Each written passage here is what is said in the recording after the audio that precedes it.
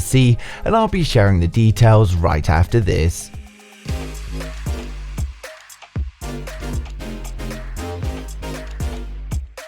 If you're new here and want to stay up to date with the latest tech, please hit subscribe, followed by the bell. You can also keep up on Facebook, Instagram and Twitter by clicking the links in the description. So today we've got plenty of news about the Apple iPhone 13, we've got spec and design information, some detail on the Mini, and news that Apple are finally delivering what we've all been waiting for. Before we get started though, please like the video if you're a fan of Apple, and let me know in the comments what device you're actually watching today's video on. So the first story of the day is about the Mini Apple iPhone 13. After performance wasn't great on its predecessor and production was cut, many people assumed that there wasn't going to be an iPhone 13 Mini. Now although this was the case, Apple will be keeping the iPhone 13 Mini in the series, and this is going to be at least for one more year according to Ming-Chi Kuo. He also further confirms in his research note that all four models of the iPhone 13 are going to be the same sizes as the predecessor. He states that there's no portless design and the whole of the iPhone 13 series are still going to be using the Lightning cable. While we previously had the bad news of no Touch ID coming to the iPhone 13, it also appears that that was incorrect. In a new report from Bloomberg and Barclays analysts, it states that there are iPhone 13 models with Touch ID and that they're in the form of an in-display fingerprint scanner. The iPhone 13 models have Face ID as well as Touch ID, which is great as it gives the user a choice of which one to use. It's important to note here though that they are test models with Touch ID, so it means Apple is testing them and considering it, but it doesn't mean that it's 100% making the final cut and be included in the consumer version. The same report also backs up claims that the notch is finally going to be reduced for the iPhone 13. In the report, it states that the iPhone 13 has a more tightly integrated version of the current structured light system for Face ID, adding that a bigger shift is going to be coming next year. So a smaller notch this time round, then next year it's even smaller again, or it could be completely removed altogether.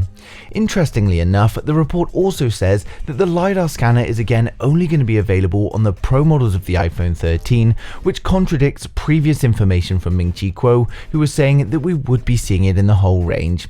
This adds a lot of confusion, so we're going to wait for a further update on this. Now next up we've got news that the iPhone 13 is getting the upgrade that we've all been waiting for, and that is of course the battery upgrade. One of the main complaints I saw from people last year was small battery capacities, and more specifically on the smaller iPhones. In Ming-Chi Kuo's latest research note, he explains that all four versions of the iPhone 13 will have larger battery capacities, and this is of course great news. He states that the new iPhone 13 feature a larger battery capacity than the iPhone 12 series, and this is thanks to a space-saving design of many components. Hence, the new iPhone 13 models are also slightly heavier than the iPhone 12. The space-saving design includes integrating the SIM card slot with the main board, reducing the front optical modules, thickness, and more. So one downside is that the phone is going to be heavier, but I think most consumers are going to be pleased, especially with the introduction of 120Hz and 5G that have added a lot of battery drain. It's always been felt that we need larger batteries inside the phone. So overall, it's great news for those of you that are waiting for the iPhone 13. We're now going to run through the full specs, design, and the pricing to help you guys decide if this is the phone for you. For my regular viewers, you guys would have already seen this, so just jump to the next video, but if you're new here, then make sure you hit subscribe and we're going to get right into it. So to start with, we've got the entry-level model, the Apple iPhone 13 Mini.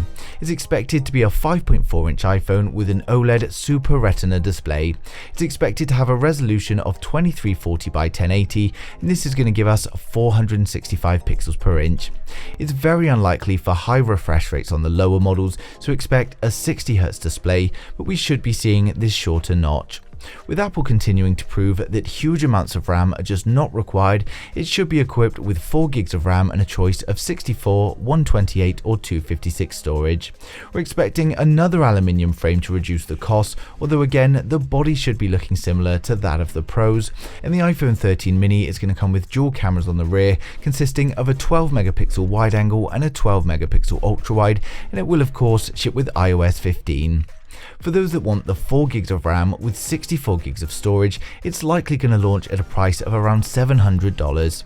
For 128GB it should be around $750, and for the 256GB it should be around $850.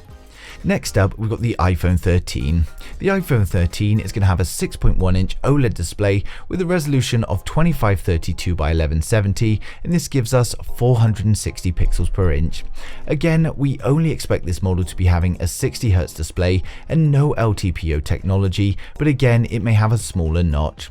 We expect 4 gigs of RAM along with a choice of 64, 128 or 256 storage, and the phone should have an aluminium frame. We're expecting a 12 megapixel wide angle and a 12 megapixel ultra wide, giving us another dual camera setup, and the phone is going to ship with iOS 15. For the 64 gig model, we're expecting around $800. If you want 128 gigs, it should be around $850. For the 256 gig version, it should be around $950. Next up, we've got the iPhone 13 Pro, and here's where things are going to change a little bit, although we are expecting a similar looking device.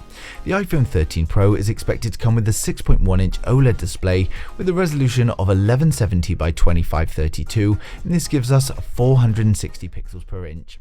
Not only is it going to be brighter, but it's also going to be using LTPO technology and provide us with a 120Hz variable refresh rate at a full resolution.